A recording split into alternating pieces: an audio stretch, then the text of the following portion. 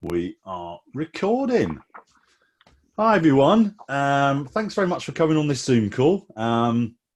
It's the first one we've ever run from the tsboc, Secret Business of Coaching. Well, it's the open group, but it's closed, if you see what I mean, because we have to stop spammers coming into it. But basically, it's an open group. My name's Rich Waterman. My cousin will introduce himself in a second. He's the younger, maybe better looking one. He's not as funny as me, but we'll work out the rest as we go along. Just a very quick and brief intro. We've got two of our mastermind members here as well. I don't know which way they are when I point, but we've got Manoj and Deb, who are also in our mastermind group as well. So welcome to them. The reason we're doing this stuff is because we are super, super passionate about helping coaches make more money, because most good coaches I know are ones that are very service orientated, really want to help people, and sometimes the business side isn't as easy as it maybe is sometimes made out to be by other unscrupulous marketeers. So I'll tell you a little bit about my journey, and I'll hand over to Chris as well. I've been coaching since 2006 when I started in the Robbins environment.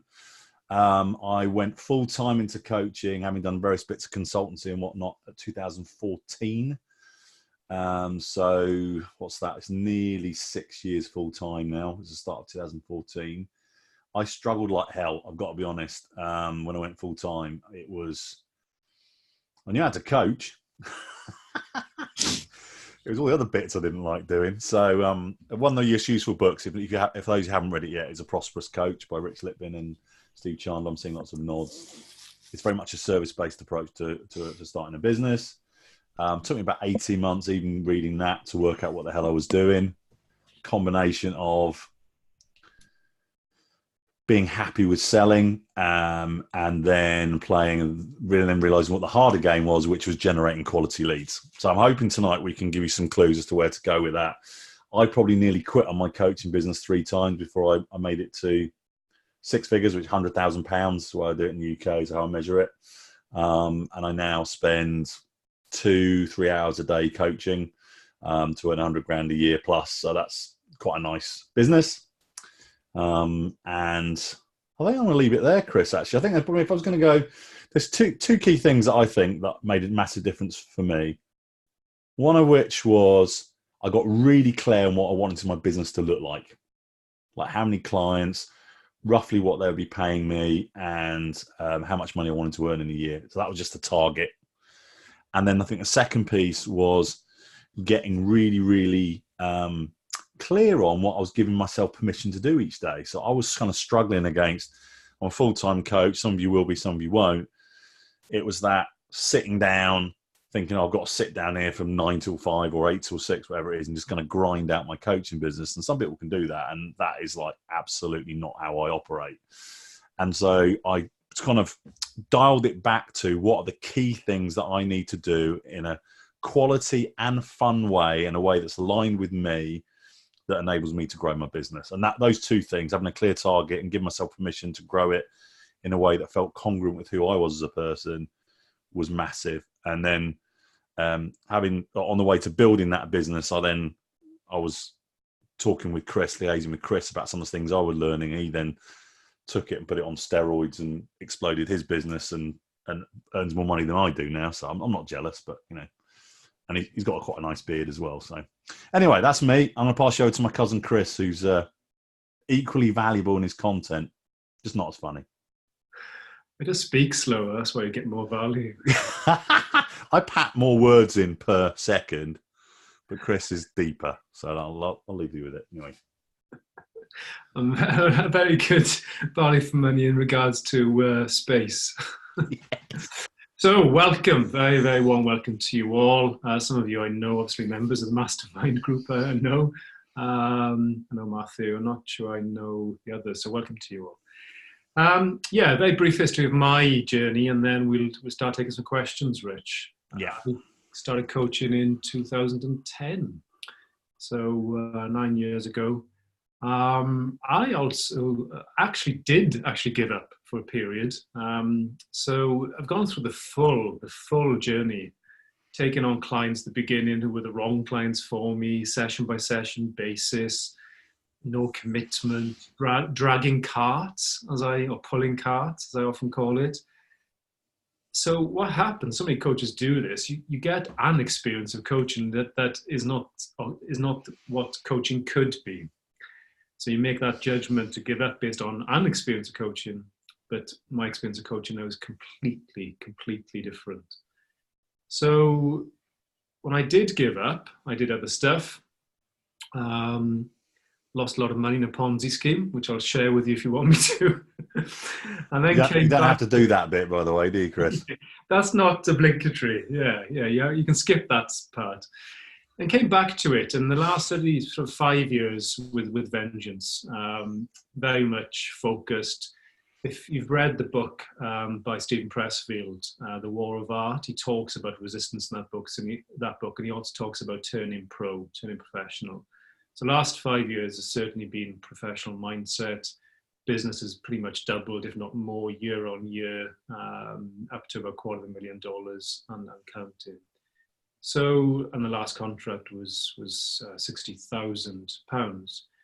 So it's been a progression up to that level. My very, very first coaching session was £15 back in 2010. So £15 to £60,000 progression over 9 years. It's been gradual with jumps. It's obviously like that for everyone, really. I think in terms of a couple of key things here that have helped me to cross that elusive sort of six-figure barrier and above. It might sound obvious, but it often isn't. If you want to create a six-figure business, you need to surround yourself with people who also create six-figure businesses. You're the average of the 6 people that you surround yourself with the most. And that's not just true for money, it's true for the quality of your relationships. It's true for your kind of standards in life, time management, emotional resilience, health, fitness, all kinds of aspects of your life. Think of the full wheel of life spectrum. You're the average of the sort of 6 people that, your peer group, essentially. And linked to that is the time I've spent with Rich. We've been in pretty much weekly contact for the last, I would say, 6 years, Rich. Coaching each other intensely. I could never have done this without a coach. Just simple as. So that peer group thing is also linked to your coaching value as well. I see so many great coaches, and they try and create contracts with people who simply just do not have the ability to invest. Or put it more clearly, the value of your coaching contract is a formula. Now, this is in the tsboc online course, but happy to share this aspect tonight for sure. So if you think about a formula, the value of your coaching contract is equal to the depth of your coaching multiplied by the potential of your client to act upon the coaching. So I'll say that again. Depth of your potential contract is equal to the value of your potential contract is equal to the depth of your coaching multiplied by the potential of that client to act upon your coaching, or basically how much can they leverage your coaching.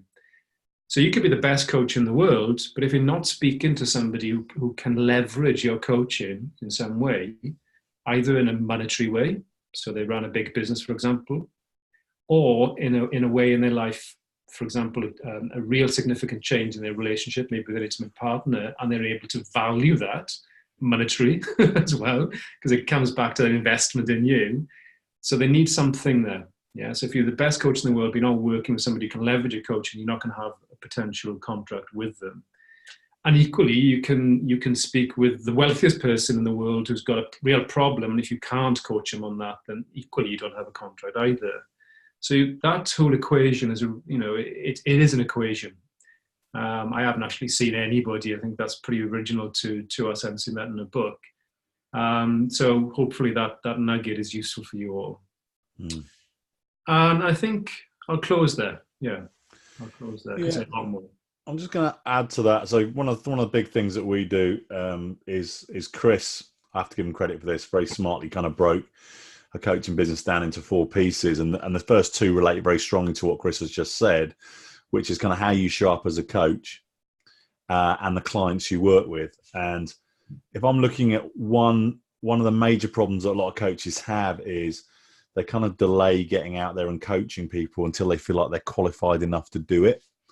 And we use very much kind of like an apprentice analogy, like a physical an apprentice, like a blacksmith's apprentice, where you actually got to go out and do the work. You've got to like work at the coalface, for want of a better phrase, to actually develop your own business. And so Chris came up with this thing. I'm going to talk about it because I like stealing it and talking about it.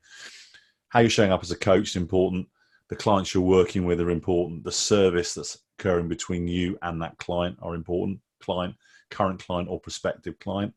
And then your ability to make a proposal, which is kind of closing the circle in terms of there being a value exchange. One of the important things that we recognize is, you know what, it's not a commoditized business coaching. So you need to have that initial exchange of experience. Like, do I want to coach this person? Does this person feel they're going to benefit from getting coached by me? And then for that to continue, you know, there's some economics behind it, which is I'm going to carry on providing you value through this coaching contract, and there's going to be a monetary exchange for that. So it's a very simple concept. But so all the videos we've ever done are all sort of hung off those kind of 4 pillars of coach, client, service, and proposal. Anyway, I'm going to shut up now because as well as hearing me and Chris witter on, you've probably come on here with some questions. Either that we're going to sit in silence for the next 48 minutes, which is fine. Got any questions that people, if you want to ask questions, stick your hand up, unmute yourself and shout away, basically, or type it in the conversation box is the other thing we can do as well. So, you know, I've got a question, Rich. Go on, Matthew, go for it. One of the areas you talked about at the beginning was about lead generation. You said that about that being one of your challenges at the beginning. I'd love to hear your insights around that. Yeah, absolutely. Now, this is one of my things that I invented, so I'm going to go first because I like talking a lot as well. The key with lead generation is there is no singular way to do it. There is no magic button to lead generation. I have done a brief video actually in the tsboc group that kind of relates to this, but let me summarize it maybe in a slightly different way. What I realized was that I needed to create quality leads consistently, that I could then have conversation with those quality leads, potentially develop a coaching relationship with them. And going right back years and years and years, I spoke on internet marketing stages. A lot of my friends are experts in Facebook webinars, Facebook ads, LinkedIn, blah, blah, blah, blah, blah, blah, blah. And I've tried a lot of those, and some of them worked quite well, some of them didn't. And the conclusion that I made, and actually it was partly through developing my own quality leads, but then actually when I was kind of showing Chris the way on those early days, what I realized was the way I generated leads didn't work for him. He's like, he just didn't want to do it. So just so you're aware, my major way of generating leads are, I do public speaking. Why? Because I love public speaking. There's a clue. It's great for positioning in front of groups, and it opens up conversation because people can get an experience of you, and it can also open up thoughts and creativity amongst people in the audience. How do I create opportunities to speak in public? Primarily, I would recommend that you look at free personal development groups, entrepreneur groups, business groups, whatever your niche is. These people will want speakers. Sometimes you can get that in a virtual sense. So people want to interview you, or they want you to do a speech to their group. Physically, you can go along to seminars, to events, talk to the promoter, talk to other speakers there, offer your services, offer your value to speak at their events. Slowly but surely, you'll get into a position where people then will start to invite you because you're well enough known. The clue there is I'm giving a quality experience of myself to a quality audience. So that's the crossover. I could do a speech to a bunch of people that don't get my stuff and it's going to fall flat on its face. And I might enjoy it because I like speaking, but it wouldn't work. The other way that I generate a lot of leads, which is on the face of it is a passive way, but it's not, is I just show up at Tony Robbins events. Now, I'm not nicking Tony's clients. What's actually happening is I get various people in the leadership levels, which leadership mastery, senior leaders or trainers, come and approach me and say, can you talk to me about this coaching stuff? Because they've seen how I show up. They've got an experience of me over many, many, many, many years. They obviously, some of them like the way I show up, and they just approach me and say, can we talk about coaching or mentoring, what have you? The clue again is, it's something I'm good at. It's something I love doing. I'm not even there to generate leads. It just happens. And then I do the odd bit of things on Facebook. I'll do the odd video, the odd post and stuff like that, but I'll do it when I enjoy it. Now, here's the clue. There is no one way to do it.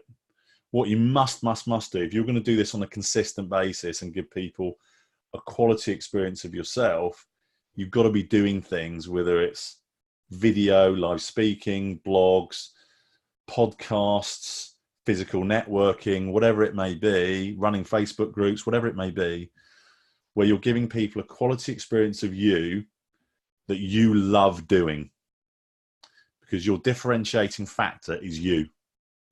And if you to do it consistently, it's got to be something you love doing. Chris will talk in a moment about some stuff that he does, which is different to me. And then you've got to then be making sure that's being delivered to a quality audience. So the worst thing you can do is doing something you don't particularly enjoy doing. That is a generic expression, like a generic quote, for example, that you haven't explained anywhere, and you just stick it, scatter it out to the online universe. It's not going to work, because no one's going to pay any attention.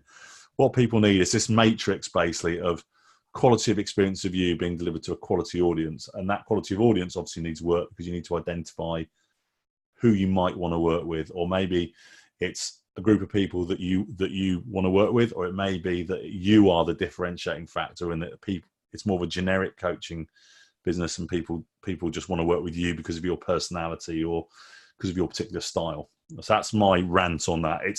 I'm going to have to spend a bit more time on this, because it's kind of one of the most important pieces of a coaching business. I'll chuck the ball over to Chris, whichever way he is on these things. He's on that side of me, but he's probably somewhere else on your one. Chris, you do things differently, right? Well, yes. The principles are the same. Really. Yeah. I think there's a preference for myself at the moment to create connections, I call them, connections on a one-to-one basis. Although I have spoken as well. In fact, the first apprentice client that I had, who was a £30,000 contract, was created when I spoke up in Manchester, and I told 3 elements of my life story and created a powerful connection with this guy, and he approached me afterwards and set up a call, and we progressed from there. So that particular contract didn't actually fully come to fruition, but it was the platform then that allowed me to make larger proposals from then on. So it's a definite mile marker in the journey. And that came from speaking. So I have spoken from stage. I love speaking from stage. I think I probably will speak more from stage because there's more leverage in that. Although also it's definitely worth speaking to the ability to create connections one-to-one as well. Yeah, from if you go to really great events, you're in the audience, you don't have the ability to take the stage, then you can still make great connections, and sometimes those lead to clients. So the best approach for that one is one that I'm sure many of you know on the call, and that's the prosperous coach approach. Rick Litfin has laid it out very nicely in the 4 steps. You connect with somebody, and you just connect. You don't connect for any other purpose than connecting, because if you're connecting with the purpose of creating a client, then that person will just see that straight away, and it's very repulsive actually. So just connect. I had a connection call before this call with a guy who was in internet marketing, actually, in Colorado, $1.2 million business, looking at the moment, that's the current value, or turnover, I should say, looking to be 10 million in about 3 or 4 years, but got some problems, actually. Got some problems with actually having cash flow, and he keeps it too low, and he uses that as his sort of false generator for keeping engaged, just preventing boredom. That was just a connection call. But what happened was there was a natural kind of hierarchy that felt really right on the call, and I just moved into coaching. I got permission, and we've got another call next week. Now, I don't know where that goes, if it goes anywhere. I'm very, very relaxed at this stage. I invested an hour of my time today in somebody who's playing at a really great level, lovely energy, really entrepreneurial. I got a lot from that conversation just coaching him. So I've been paid. I've been paid in experience and energy through that call already. And I'm cool if that happens the next call and there isn't anything further. So that's connecting for the purpose of connection. Then if there is, like there was at the end of this call, another opportunity to serve him, there was an invite, and I invited him to another call next week. So then you've got permission to really move fully into coaching.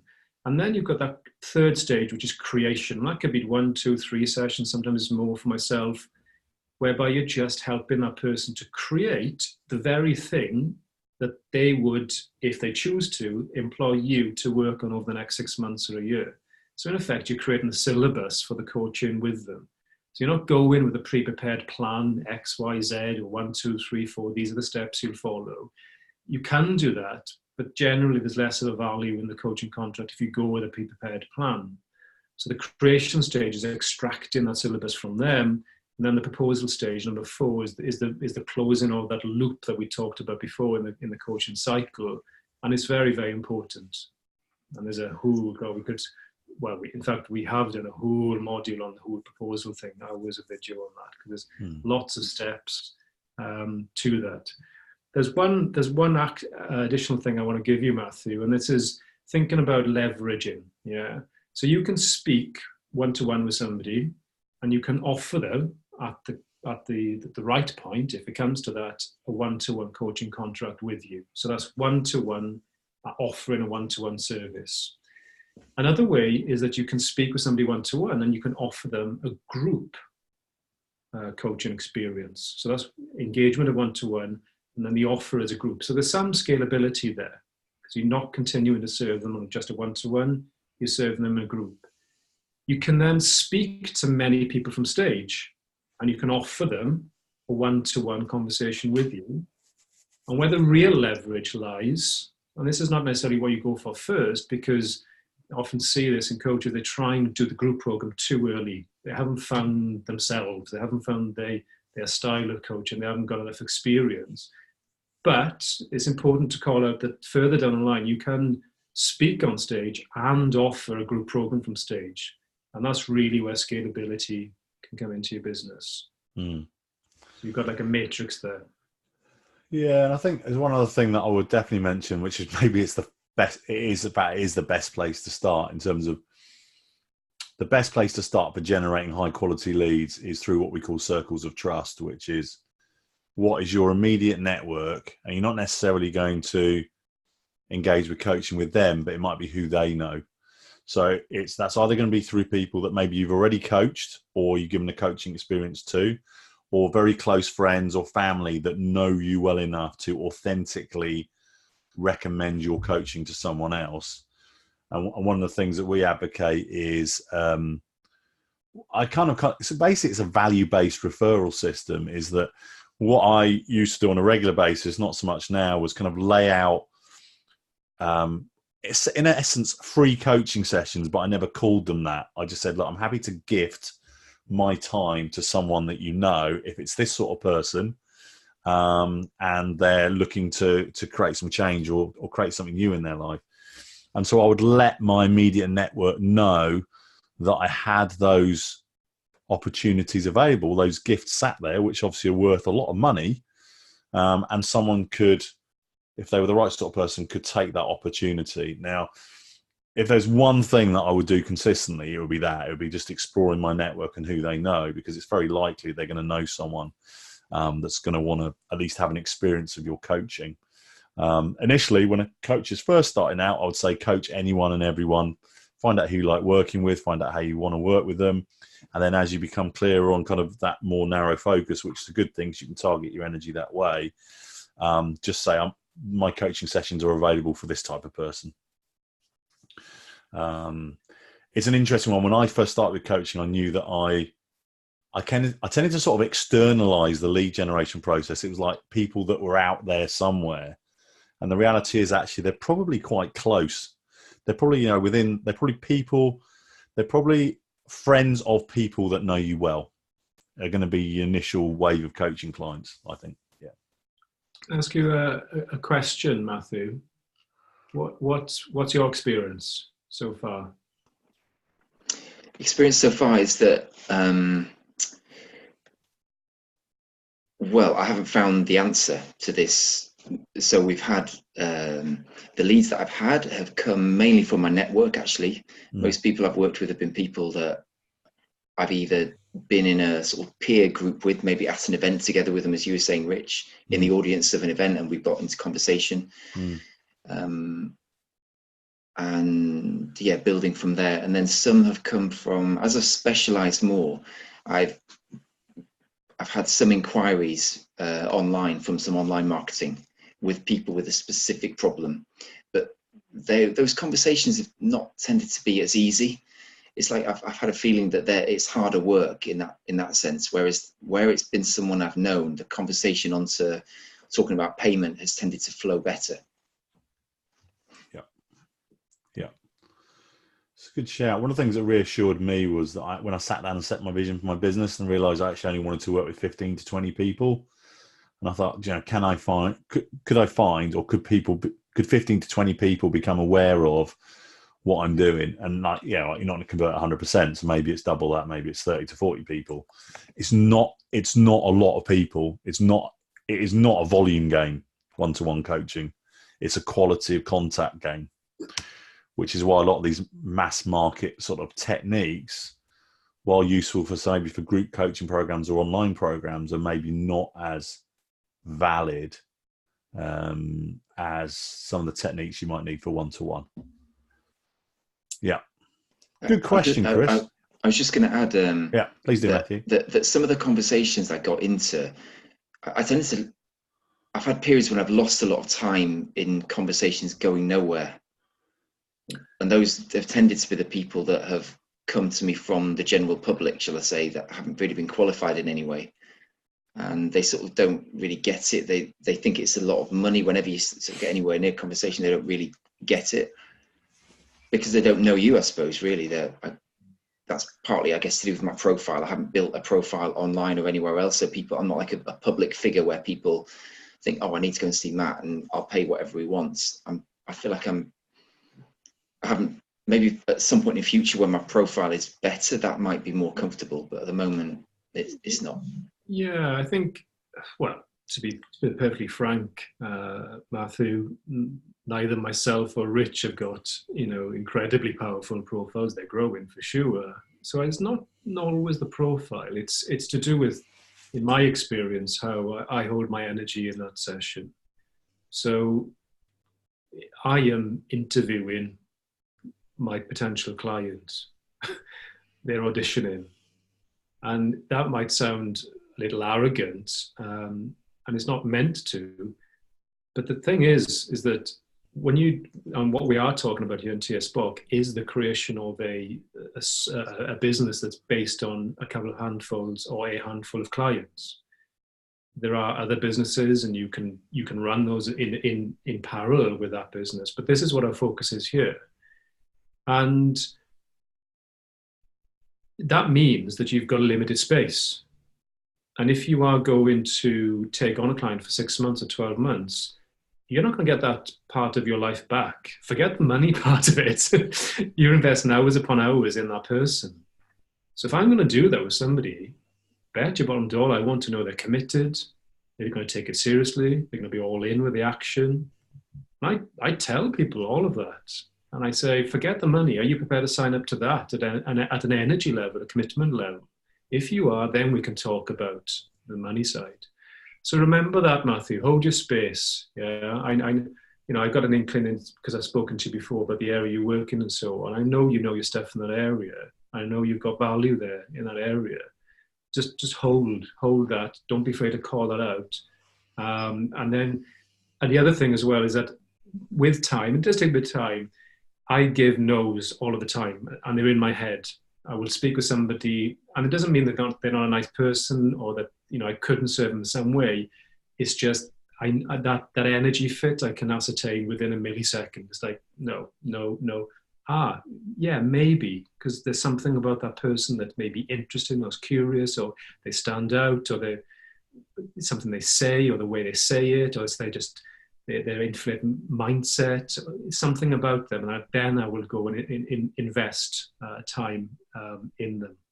Mm, mm. Yeah, building on that, it's very tempting when you start of a coaching business to go to try and attract or persuade people, kind of go broad and shallow. And the analogy we often use is you're not a shop. Not anyone can come in and buy your coaching.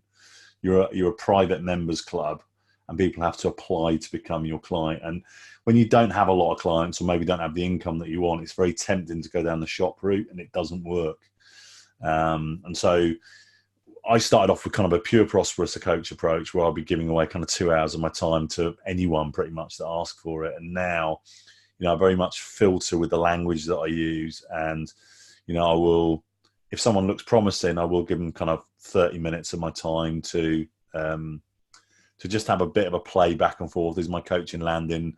Do I like coaching them? That sort of thing. And if so, then I'll invite them to a longer conversation. So that is that kind of gatekeeping, filtering thing that Chris was alluding to there, which is really important. So hopefully that helps a little bit in terms of that. It's an interesting space, because when it's almost a stacking or an upward spiral, that the better you get at coaching, the more successful you get with your coaching business, you tend to occupy that space more often. So you tend to then get more clients and charge higher fees and so on and so forth. And equally, don't get pulled into down spiral, which both Chris and I have done, which is, do I need to make myself available to more people? Do I need to lower my prices? Yada, yada, yada.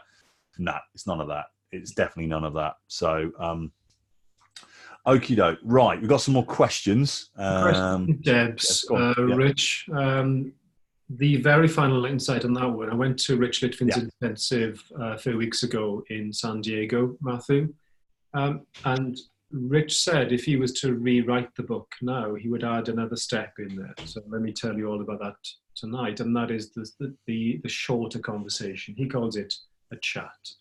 So when you connect with somebody, you invite them, but not to a long 2-hour session. You invite them to maybe a 20-minute, 30-minute chat. And that can help you when you've got limited time to not go down the path that you're talking about of over-investing time in people when there really isn't a contract at the end of it. Yeah. Right, Debs. Debs says, why don't you ask the question, Debs? Unmute yourself. Says Debs, she's on one of our coaching mastermind members, has been for longer than she probably cares to remember. You see the grey hairs. Go on then, Deb. I kind of just both of you mentioned about wanting to quit coaching at the beginning, when it just kind of went, oh God, I can't do this. So I just kind of wondered what, talk a bit more about what made you say, actually, no, I'm going to carry on or pick it up again. What was the kind of motivator for that? What was maybe the light bulb moment? Do you want to go first, Chris? Because I was all yabby, you know what I'm like. Yeah, happy to. Very happy to. So the reason I first of all quit, as I inferred earlier, was that I was not enjoying the kind of negative energy. So the people I was working with were in the victim mentality space. And look, we all go there at times, of course, but they were too much in that space. There was too much of lack of ownership, too much of coming and emptying their kind of waste paper bin on the desk, and then saying, like, effectively, not literally, but pretty much, sort it out for me. Well, that's heavy. That's heavy. So that's why I gave up initially, or certainly moved away from it. And then when I'll have to share this story now, because this is the reason. I got into investments, and I was making a lot of money from Forex trading through a trader. With my account and my parents' account, $1.4 million worth in accounts. And then I found out that it was a Ponzi scheme, which meant that it was all fabricated. So overnight, pretty much between us all, we'd lost $1.4 million.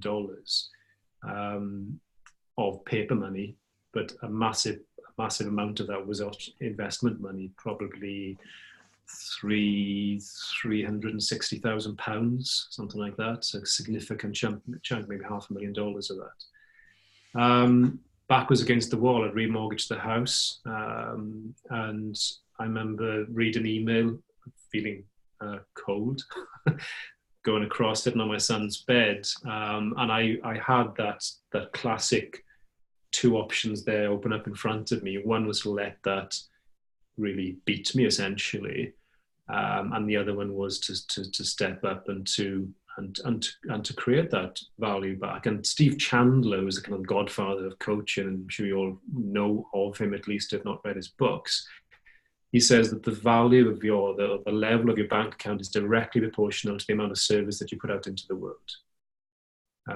That service has got to land with the right person. There's a caveat there, but that's true. And what I realized is that I was lazy. I'd become passive in my wealth. Somebody else was creating that for me, or wasn't, as the case turned out. So then, in that moment, I knew that I needed to create in the world, and I knew that coaching was the way to do that. But I knew it had to be a different game that I was playing. I had to do it professionally. I had to get serious about it, not in a heavy way, but as in a focused way. I had to be speaking to the right people who valued the coaching, where the coaching would be leveraged enough by them so that they could pay the money that I knew I was worth. So that's it in a nutshell, Debs. It was that pivotal moment. Mm-hmm. Thank you. And I'm really happy I did and are doing it. I didn't give up, so I'm not a quitter like Chris. That's harsh. We have a lot of fun, me and Chris. Well, I try and have fun at his expense when I can. No, I need to quit at least 3 times. The reason I didn't quit was thinking about what the alternatives might be sucked. Like, I didn't want to go back and have a job. I'm probably unemployable in terms of like me wanting to do my own thing and do it my way. There was a lot of bloody-mindedness, a lot of tenacity. And then you start to dig a little bit below that, and then some interesting stuff starts to come up for me, which was I desperately needed to serve people, and this was my best way of doing it. And then I think when I coupled that with believing that I could grow a coaching business the right way and not having to be a better phrase, spammy dick about it, where I was doing stupid internet marketing things and this, that, and the other, and not being genuine and authentic. I think when I saw other people doing that, I thought, well, I can do that too. So there was a possibility piece there. There was a big piece about getting out of my own way so that I could serve people. So that was a big pull, which was, a big part of it actually was, if I don't get my act together and sort this out, these people that probably need help from someone that's trying to do it the right way are probably going to get served by someone that shouts a lot on the internet and doesn't really give a shit about their welfare or outcome. Which is one of the reasons actually why me and Chris are doing what we're doing right now. Is there's still a lot of people in this space who are snake oil salesmen, really, for want of a better phrase. So those are probably the main drivers. It was definitely, when I really dug beneath the surface, it was a service-based tenacity, I guess. And it was most of the stuff that I see getting in the way of coaches building a successful businesses themselves. And I basically decided to act more, think less, and do stuff that I enjoyed and make sure I continue to enjoy it. And probably even just bringing more of myself to the table. Chris has done a video in our group about storytelling. I think definitely encourage everyone to watch that one. Just bringing more of yourself to the table is important as well. So I think that's it, Deb. Thank you. Just keep bloody going, I think, is one of my messages in life. We got another question from Rasmus I've seen there. Chris, do you want to should we get Rasmus to read it out, or do we just read it? No, Rasmus. Here it comes. Yourself, my friend, and let's hear the question. Yeah, I can read it out loud. I just have a guy yelling in the background. I don't know if it's noisy. It's all good. Okay. Are we good? Yeah. Perfect. Then I just want to hear your thoughts about finding clients and getting clients in when you have a really taboo niche of people that you want to work with. Okay. Gotcha. Yeah. Just to give you a picture, the niche I have. What it is? Yeah. Yeah. Yeah. Go ahead, Rasmus. Yeah. No, the niche that I'm working with is pedophiles and the victims of sexual abuse when they were kids. So people with really deep traumas. Yeah. Yeah. So and it's a hot topic. Yeah. Absolutely. And it's and I know with all with the skills you got from the Robbins environment, you're really well placed to genuinely help these people.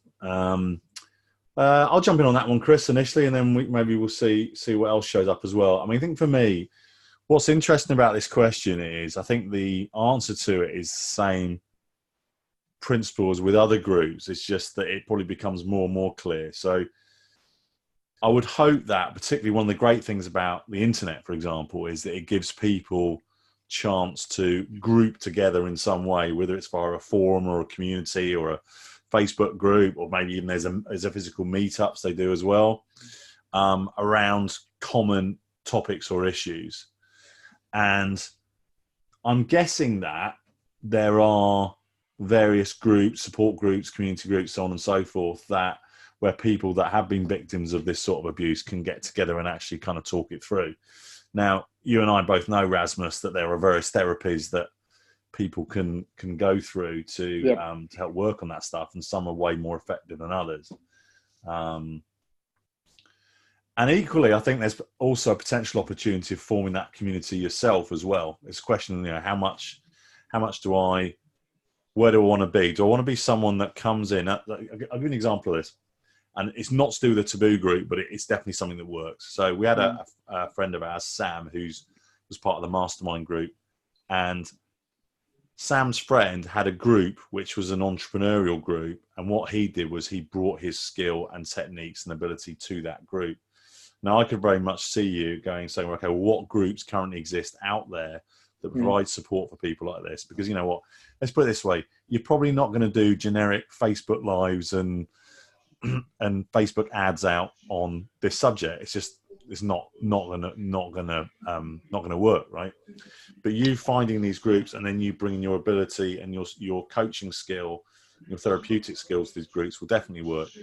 I think there's a secondary level, which is then you might decide that you want to create your own community around this, and then people, because they start to know you better, will actually come to that group as well, because they'll know that you'll get a reputation for working with people in this area, having great successes, them becoming advocates of yours, them telling other people, look, you need to go and approach Rasmus, who really knows his stuff, and that might enable you to create your own community as well. So it's relevant because all the stuff we've been talking about, lead generation as well, is one of our jobs is finding clusters or groups of people that are common to the sort of client you're highly effective with. It's just in this case, what you're doing is you're finding some really niche, and there might be smaller groups. So it might require a little bit more work to create those leads.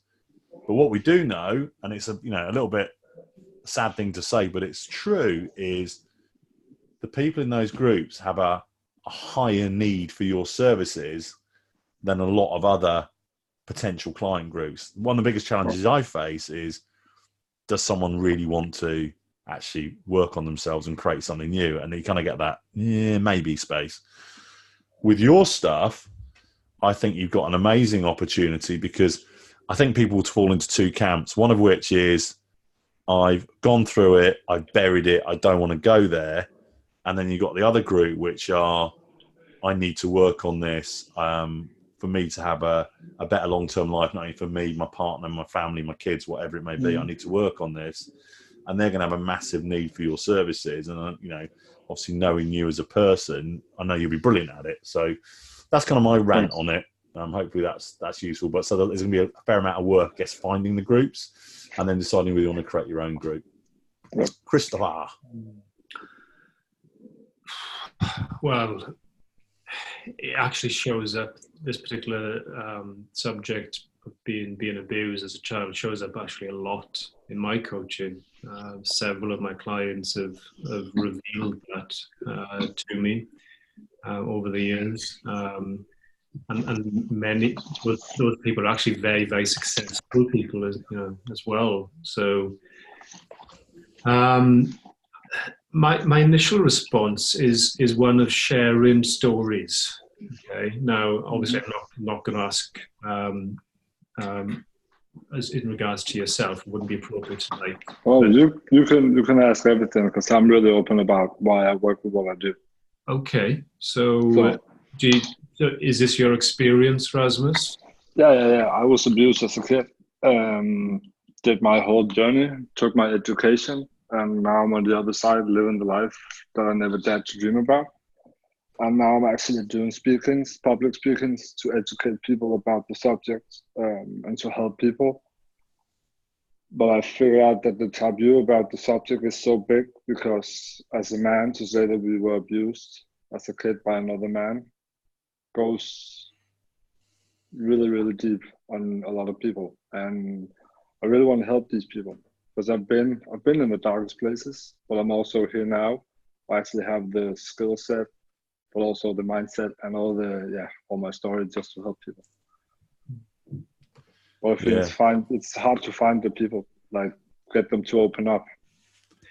So my thought on this is actually very much aligned with the recent intensive that I went to in America, the Rich Litvin one, because the theme of that intensive was powerful stories, powerful people, and powerful language. So even just from the few words you've said there, and just the way in which you said it, you clearly you're a powerful person because of the ownership in which you're now speaking from. You've got a powerful, I mean that, you've got a powerful story. And if you use the powerful language as well in a room of other powerful people, then I don't think it's unexpected that people will approach you at the end of you sharing that story in a one-to-one setting. Have you had that? Have you had people approach you once? Well, have you shared a story from stage first of all? Yeah. I'm doing that already. Got another one on Friday. Nice. In Danish. I'm from Denmark, so that's in Danish. Working on going to Scotland and do one over there. There's like a different mindset than when I talk to people in English and people in Denmark. This whole different mindset and that whole masculinity thing. And I really want to help people, and I really want to share the story, because I can see that I do some of the ads on Facebook and share my story and share key points and all that. And you can see I got all that back end on Facebook, so I can see who watched the videos, how many men was there, how many women, and all that. Yeah.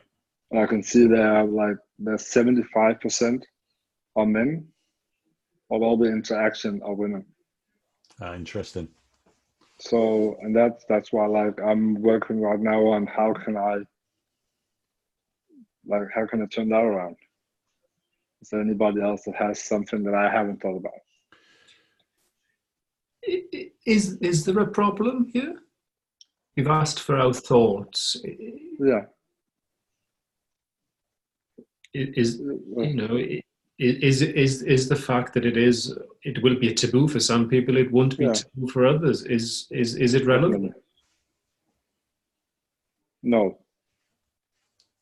Not going to stop you, is it? No. Yeah, one thing I know about Rasmus, it's definitely not going to stop him. I think the other piece I hadn't thought of, Rasmus, as well, is looking for what we call social influencers. So people that have a platform, people that have an audience and are keen to talk about, what in the past would have been a taboo or difficult issue. And they will offer you a stage or an opportunity to have an interview with them where you can talk about this. And I think definitely knowing you and how you show up in the world, I think you have got quite a unique niche, which is that appeal to men, because you come very much from that masculine energy space. And I think that is that concern with men is, if I address this, could that be a threat to my masculine energy? And I think you are, kind of that beacon of light showing other guys the way.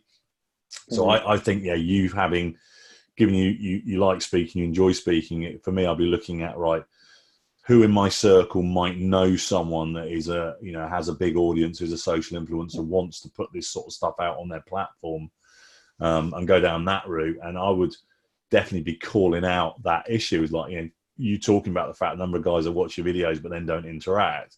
It's like, let's call it out. Let's find a way for me to have an interaction with you so you can actually transform your life like I did. I think that's a very powerful message. Awesome. I think the final thing that's coming up for me, Rasmus, is the hero's journey. You clearly have gone from that space and you've taken ownership. And just in this brief interaction, I met you before this call. You're clearly a powerful guy, even more powerful for having owned this, and as you say, gone beyond that. So the hero's journey, there will be people in the audience who are not yet at the place you're at. It'll still be processing. It'll still be causing them issues in their life. And if you can share your story in the way that I'm sure you probably do, in the hero's journey story, and you can help the potential client in that audience to connect with your journey and see that working with you could also be the way for them to go on their own version of their hero's journey, then you've probably got an incredible service to offer. The one piece, I don't know if you're doing this, I just want to call out, is the call to action. And it needs to be very, very much based in the context of safety for the work that you're doing. So the call to action is, if what I've shared with you in this talk today has resonated with you at any level, then please feel free to send me a connection, or if you feel comfortable, to approach me at the end, and we'll set up a private conversation where I'll hold space for you. So I think that safety thing is one thing to really emphasize in the call to action, if that helps. Feel free to give me a shout afterwards, Rasmus, as well. I might know some people, put you in contact with them. You can have maybe I'll line up some interviews for you as well. I think that'd be. I think it's just getting you in front of the right people is the key, so you can spread the message to a wider audience. One of our mastermind members, who's an amazing guy, not only because he supports Liverpool, but he's an amazing guy anyway.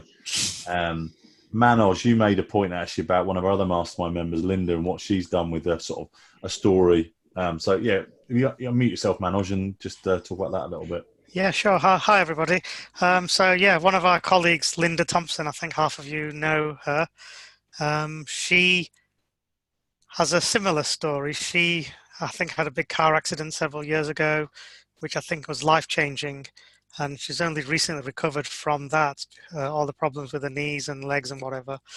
And she's taken pain and the trauma from the accident and rebounded from it. So she's created a group called Pain into Power, and she's created that group, and people have joined her who've had similar traumatic experiences.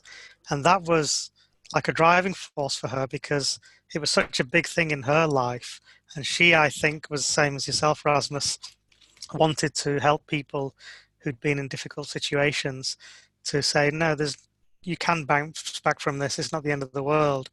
And she's sort of curated this group, and I believe it's got quite a number of members in there, and she'll do something amazing with those people going forward. So that's an opportunity that you could do as well. Yeah, that was a decision, wasn't it, to create our own community and attract people in through. I think it's one thing to do as well as doing the proactive reaching out piece. I think the other piece is create somewhere where people can come and gather around what you're doing as well. So yeah, nice one, Manoj. Good stuff. So Chris and I are we're not the best timekeepers, but I know I'm going to get my ass kicked if I don't get onto a senior master trainer call after this. So one of the things that we will do is, I think pretty much all of you, if not most of you, are in our tsboc group, open group. If not, I'll put a link in a minute while Chris is talking. I'll quickly cut and paste the link into that tsboc group. So we will have many of these type of Q&A things about an hour long each time and answer your questions live. But equally, if you've got other questions, just stick them in the group, and Chris and I will endeavour to get around to as many as we can and either answer with text or maybe even record a video if we think maybe there's a kind of a wider impact potential for the group. Without being spammy dicks, one of the things we did want to talk about was what else do we do in terms of tsboc, because one of the things that I did was when I started out doing my coach business properly, I actually worked with a one-to-one mentor. That was a guy called David Taylor, who some of you will know used to be a trainer in Tony Robbins. And even doing that, I spent 18 months trying to get it to work. So basically what Chris and I did was we went, right, let's gather all the knowledge that we've ever created from creating a coaching business, and all the knowledge that we've created from running a mastermind group for the last how many years it is now. What is it, Chris? Now it's like 3 years, isn't it? Yep. And we'd record a video about everything we could think about to do with the coaching business. Thankfully, it wasn't one video, otherwise it'd been really long. It was over 100 videos, and it's like over 21 hours of content. Because we recognized that working with us one-to-one might not, from a budget perspective, be the right thing for everyone. While we do both have apprentices, it's not the only thing that we do, by the way, but we do have apprentices that we train on how to grow a coaching business. We thought, well, let's create a more, I want to say affordable, I want to say more, another way of interfacing with us. So what we did was we created an online course with over 100 videos in it, over 21 hours of content. We went, well, that's useful. And a big part of a coaching business is the mental approach is like, what do you do with that content? How do you interface with the content? What if you're struggling with the content? So we created a program, which is an online course. It's a closed Facebook community. And within that community, we have 2 calls a month, Q&A like this with me and Chris, which are all recorded and saved into the group. You get 3 one-to-one calls with a tsboc coach, 2 of which are on the line today, which are Debs and Manoj. And basically our commitment is to help you through that journey through that. It's kind of a more hands-on approach than what you can get in the open group, while also being highly committed to delivering you as much value as we can in the open group. That makes sense. Chris, you want to talk about something slightly different we're doing at the moment for people that are, because we just literally just launched it. So we thought that people that engage with us early should get a reward, didn't we, Chris? Yeah, we did. So there's a couple of things to mention there. The first is that the fee is £1,000 less at the moment, so it's only 1,997. The second one is that one of those 3 calls you get personally with either Rich or myself. And the third one, and actually there's a change in this for the people on the call tonight, because we want to reward people who do show up live for these calls, is that rather than the 3 months of the calls, you'll get 2 a month. Actually, it's 5 if you sign up off the back of this call tonight. So that's it. And it doesn't take Einstein to work out that getting in with something, I guess, early on when the group is small means that you don't get a ridiculous amount of attention from Rich himself. So that's it, Rich. Yeah, Matthew just asked about the link. I put the link in there. It's actually in the Facebook group as well. It's the Thinkific course. Mm-hmm. So have a look at that. We don't do hard sells in this because it's not in line with our principles for how we tell you to grow a coaching business. So we'll just keep on giving value, and we'll keep on reminding you about different ways you can interact with us. There are currently 3 ways, which is one-to-one with me and Chris. If you're interested in that, ask. There's the mastermind group with Debs and Manager in, and we've got a few others, limited, small size, but it's a 6-month program, which is of quite a high level live interaction with me and Chris, both online and offline. We meet up physically and do that. And then the thing we're talking about now is this online course combined with Facebook group, combined with group Q&A twice a month for 5 months currently, and 3 one-to-one calls, one of which are me and Chris as well. If you like what we're doing, please let other people know about the Facebook group. I'll put that in the chat as well. We really appreciate shares with other people. If you really like what you're doing and want to have a chat with either me or Chris, just drop us a message. And if you want to even spend some time just talking through what we're doing and deciding what's right for you, totally cool to do that as well. thank you very much for your time. Hope you enjoyed it. We'll probably be running another one, I'm guess, a couple of weeks' time, Chris. Is that probably reasonable time frame? So watch out for that one. And in the meantime, post your questions and we'll answer them as best we can in the group via text and video. Thanks very much for coming online. Big up to Geet who got on the call despite my dodgy links I've been sending her. Thanks everyone for coming on our first official tsboc call. Really appreciate you all doing it. Right. Bye-bye, everyone. For now. Bye, everyone. Bye. Bye.